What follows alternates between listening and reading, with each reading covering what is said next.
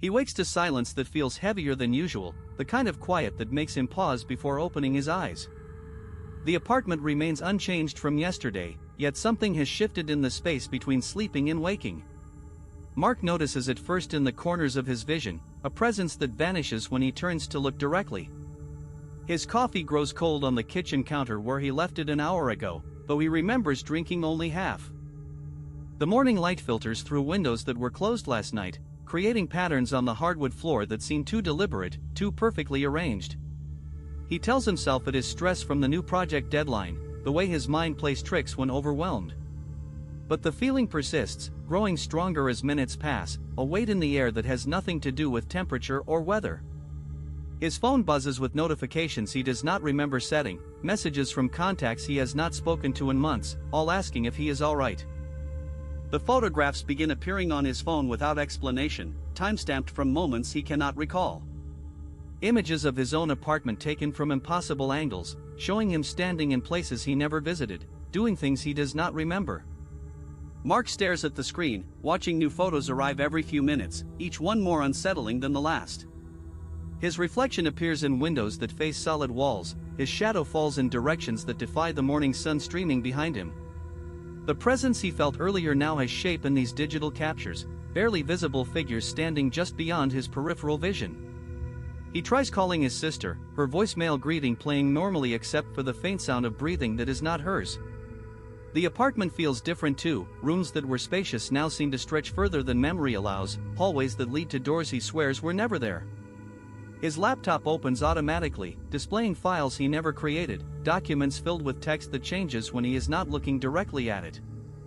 The hallway outside his apartment stretches longer than it should, the fluorescent lights above flicker in slow motion, casting shifting shadows that seem to move independently of the source.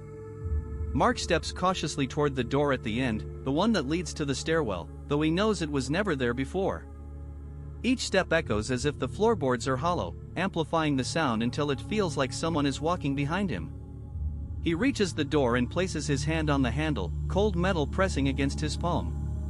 It swings open silently, revealing not the familiar staircase but an endless void, black and humming with a low frequency that vibrates in his chest.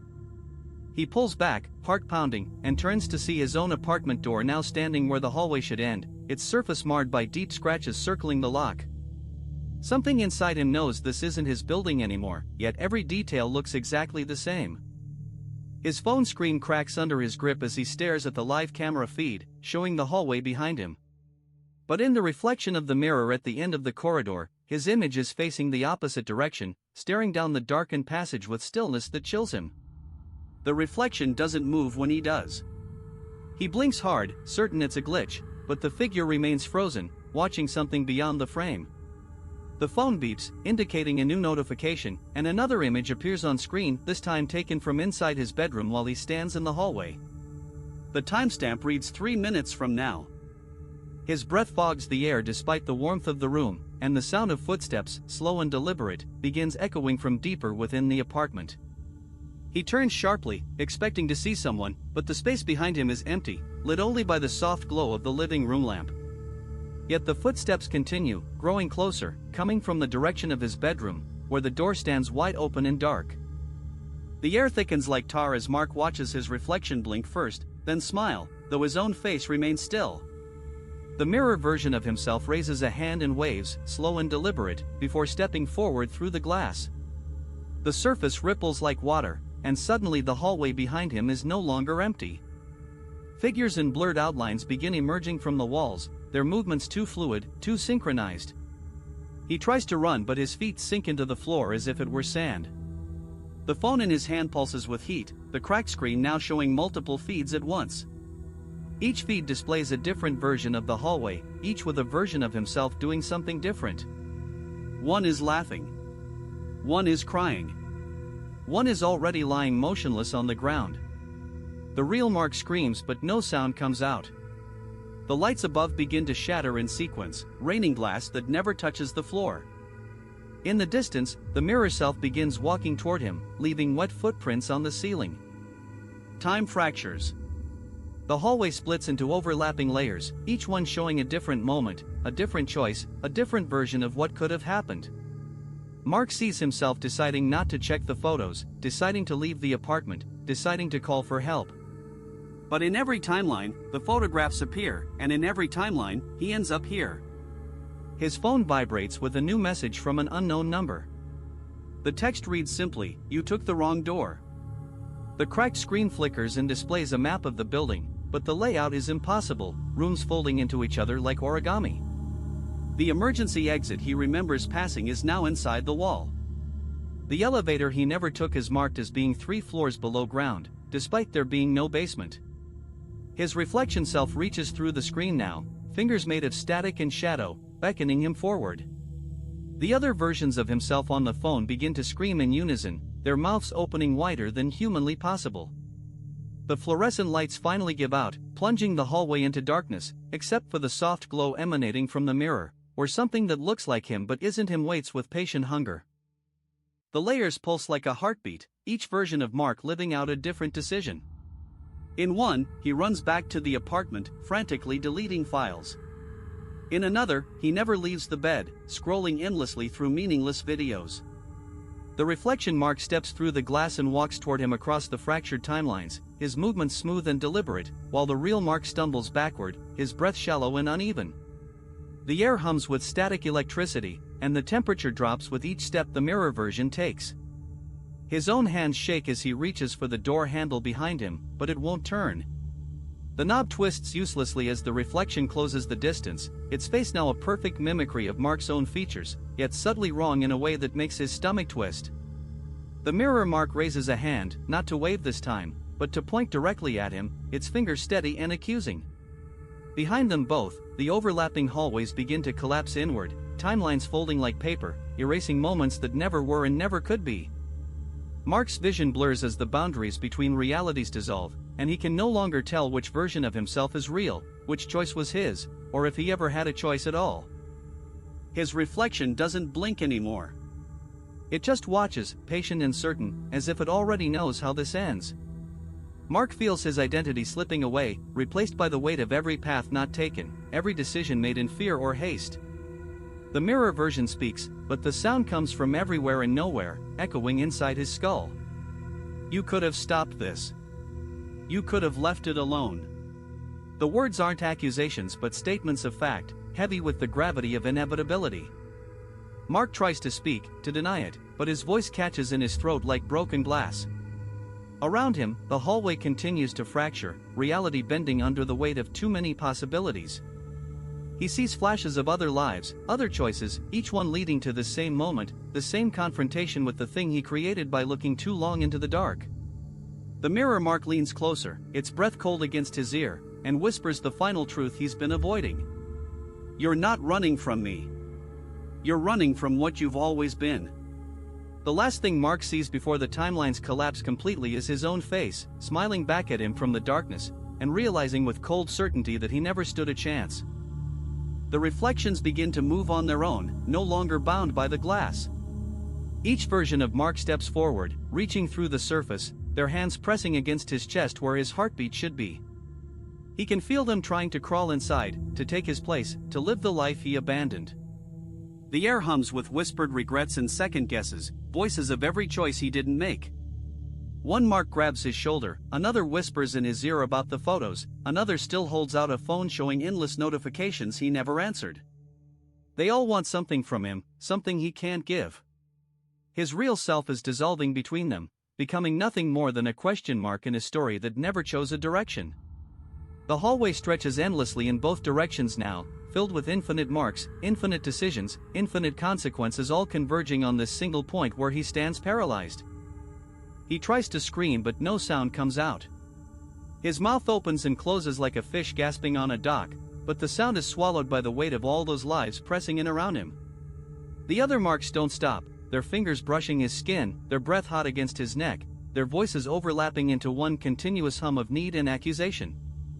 "You could have stayed," one whispers. "You should have lied," another says.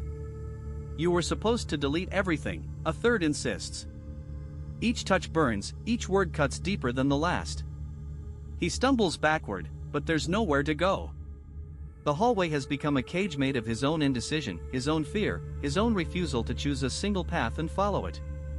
His hands shake as he tries to push them away, but they keep coming, climbing over each other to reach him, to become him, to finally finish what he started when he walked out of that apartment and left everything unresolved. The pressure builds like water behind a dam ready to burst. Each reflection pushes harder, their faces now twisted with desperate longing. Mark feels his memories fragmenting, each version of himself tugging at a different thread of who he used to be. The businessman who never called his father. The artist who never picked up a brush. The man who never said sorry.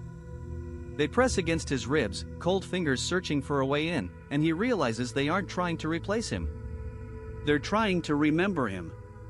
His real self, buried under years of choices made for everyone else. The mirror behind him cracks further, a web of fractures spreading outward as something else begins to wake up in the space between worlds. His breath comes in short gasps, but still no sound escapes. He watches his own mouth move, forming words no one will hear, while the other marks begin to whisper his name in voices that sound like wine through empty halls. The hand that touches his shoulder is colder than winter glass, sending a shock through his entire body that finally breaks the silence from his throat. He screams then, loud and raw, as the grip tightens and pulls him forward. The other reflections crowd closer, their faces hungry and hollow, mouths opening to speak all the words he never let himself hear. His real name. His real fears. The truth about the accident he spent 3 years forgetting. They whisper it all at once, a chorus of regret and pain that makes his knees buckle. The mirror behind him shatters completely, revealing a dark space beyond where shadows move like living things. Something is coming through, something that has been waiting in the spaces between his choices, and Mark understands with sudden clarity that he was never meant to see his reflection. He was meant to become it. The scream tears through the silence but brings no relief, only a deeper pull from the crowd of marks surrounding him. Their eyes are not his own anymore, twisted by something older and hungrier. Each reflection leans closer, their breath like ice against his skin. He stumbles backward, but there is no escape. The walls of the corridor bend inward, closing in like a tightening fist. His heartbeat hammers in his ears, drowning out everything except the soft whisper that begins to rise from the mass. It's his voice, but not his words. They speak of choices never made, of lives unlived, of a self scattered across too many paths. The hands are on him now, not just touching but searching, trying to find a way in. He feels his resolve cracking, the edges of his identity blurring. One of the reflections steps forward, its face calm where the others are desperate. It smiles, and the expression is terrifying in its familiarity. Mark realizes with growing horror that this version of himself knows something he doesn't. The whisper grows louder, forming a question he cannot answer. What if none of them are real except the one he fears most? The merging begins without warning, reflections bleeding into one another like watercolors in rain. Faces blur and twist, combining features until the figure standing before him is both familiar and alien. Its eyes hold too much knowledge, memories that aren't his, and a smile that suggests it has always been there, waiting. Mark's breath comes in short gasps, his body trembling as the pressure inside his chest builds to something unbearable. The being speaks, and its voice is a chorus of every choice he's ever regretted. You think you're real, it says, but your truth is just another echo. The words hit him like physical blows, each one peeling away another layer of certainty. He tries to look away, but his eyes won't obey. The thing steps closer, its form shifting with every heartbeat, becoming more solid, more present. Around them, the corridor vanishes, replaced by a void that stretches endlessly in all directions. There's nothing left but the two of them and the terrible knowledge growing in the space between. He understands now. This isn't a confrontation. It's a reckoning. The being raises a hand, and Mark feels his memories begin to unravel, pulled from his mind like threads from a dying tapestry. He fights to hold on, but the grip is too strong, the presence too vast. In the distance, he hears his own voice crying out, but it sounds like it's coming from someone else's mouth, someone who has already given up. The light does not comfort. It burns.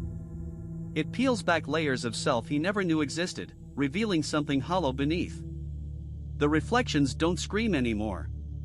They whisper now, voices overlapping in a language that predates thought. He tries to move, but his limbs are no longer his to command. The figure in front of him, no, the figure he is becoming, steps forward and smiles with his own mouth. Memories that aren't his flash behind his eyes like broken film. A child crying. A door that won't open. A name spoken too many times. The glass cracks wider and the light floods in. There is no more him. There is only the echo, the imprint, the mark left behind when something real is scraped away. The mirrors fall in slow motion, each piece taking a piece of him with it.